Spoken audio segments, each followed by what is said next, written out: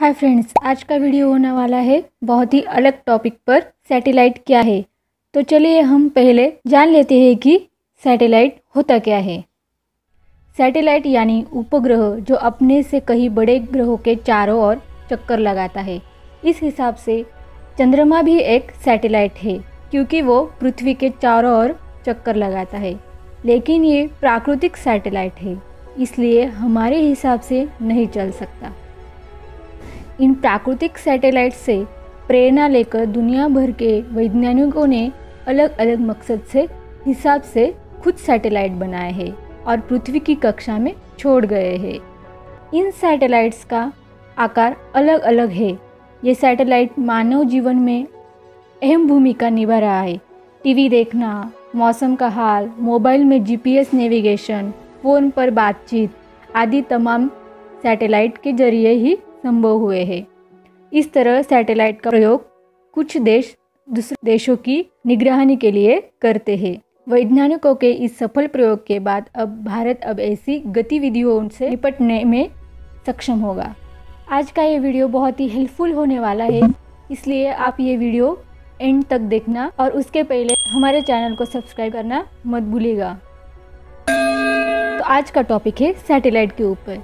Satellite क्या है? आपने कई बार इनके बारे में जानने की कोशिश की होगी। सैटेलाइट क्या होता है, हवा में कैसे टिक रहते हैं, लेकिन क्या आप जानते हैं कि दैनंदिन जीवन में आप जितने भी काम करते हैं उनसे बहुत से काम ऐसे हैं जो किन इसी सैटेलाइट पर निर्भर है। आपको लग रहा होगा कि सैटेलाइट की साइज़ कैसी है। सैटेलाइट की साइज़ छोटे से छोटे टीवी के साइज़ जैसे सैटेलाइट्स होता है या ट्रक के साइज के बराबर भी सैटेलाइट होता है। इसे आसानी से समझे तो एक छोटा ऑब्जेक्ट है, अपने से कई बड़े ऑब्जेक्ट के चारों तरफ अंतरिक्ष में चक्कर लगा रहा है। सैटेलाइट कहता है, इसे हम हिंदी में उपग्रह भी कहते हैं।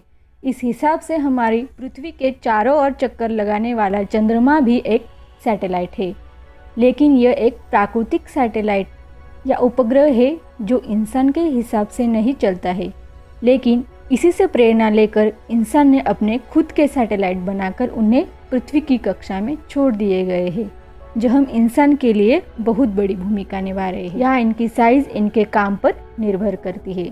तो आपके मन में ये सवाल आया होगा कि कैसे हम सैटेलाइट के जरिए हम यहाँ पर जीपीएस चला सकते हैं और किसी के साथ विदेश में कॉल करके फ़ोन पर बोल सकते हैं। तो सैटेलाइट के दोनों तरफ सोलर पैनल होते हैं जिनसे उनको ऊर्जा यानी बिजली मिलती रहती है। वही इनके बीच में ट्रांजिस्टर और रिसीवर होते हैं जो सिग्नल को रिसीव या भेजने का काम करते हैं। इसके अलावा कुछ कंट्रोल मोटर भी होती है जिनकी मदद से सैटेलाइट को रिमोटली कंट्रोल कर सकते हैं। इनकी स्थिति को चेंज करना हो या फिर एंगल चेंज करना हो, सब इन कंट्रोल मीटर के जरिए कर सकते हैं। इसके अलावा सैटेलाइट को किस काम के लिए बनाया गया है वो ऑब्जेक्ट आपको सैटेलाइट में देखने मिल जाते हैं। जैसे उपग्रह को पृथ्वी की इमेज लेने के लिए बनाया गया है, जो सैटेलाइट में बड़े कैमरे भी लगे होते हैं, या फिर स्कैनिंग के लिए बनाया गया है तो उसमें स्कैनर देखने को मिल जाएंगे। ये सब सैटेलाइट के कार्य पर निर्भर करता है।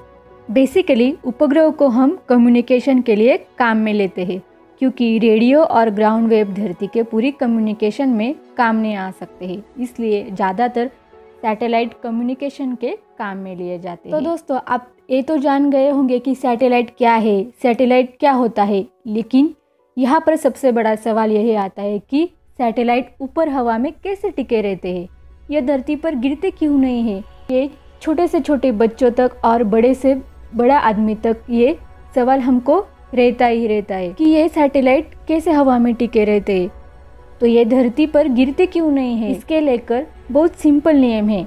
जैसे अगर किसी चीज़ को अंतरिक्ष में रहना हो तो उसे अपने एक मोशन से किसी भी बड़े ऑब्जेक्ट का चक्कर लगाते रहना होगा। इसकी स्पीड अर्थ के ग्रेविटेशनल फोर्स को अपने ऊपर हावी नहीं होने देते हैं, तो इस नियम के चलते ही सारे उपग्रह हवा में ऊपर टिके रहते हैं। सैटेलाइट 3 कैटेगरी में बांटे गए हैं: low earth orbit satellite, medium earth orbit satellite and high earth orbit satellite. तो लो अर्थ ऑर्बिट सैटेलाइट में क्या है, ये प्लैनेट अर्थ के ऑर्बिट के काफ़ी पास होते हैं। इनकी हाइट 1600 किलोमीटर तक होती है।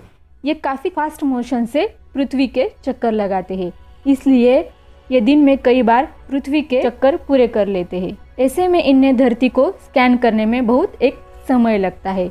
इनका ज़्यादातर उपयोग इमेज और स्कैनिंग के लिए किया जाता है। अब हम सेकंड ऑर्बिट देखते हैं, मीडियम अर्थ ऑर्बिट। ये वह उपग्रह होते हैं जो बहुत फास्ट या स्लो स्पीड से चक्कर नहीं लगाते हैं। ये करीब 12 घंटे में धरती का एक चक्कर पूरा कर लेती है।